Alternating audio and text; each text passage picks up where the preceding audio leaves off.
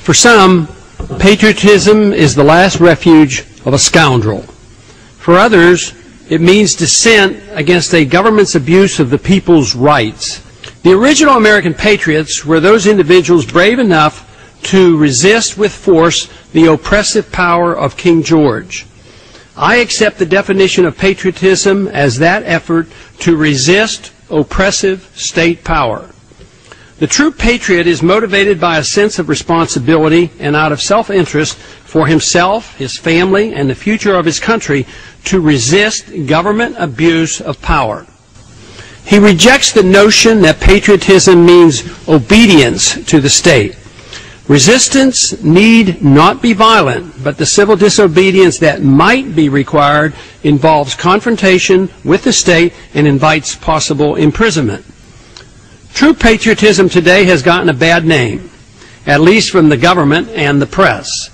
Those who now challenge the unconstitutional methods of imposing an income tax on us or force us to use a monetary system designed to serve the rich at the expense of the poor are routinely condemned.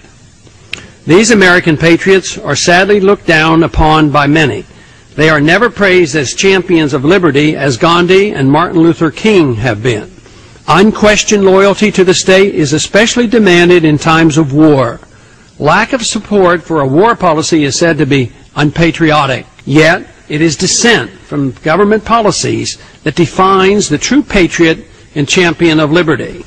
Who are the true patriots? Those who conform or those who protest against wars without purpose?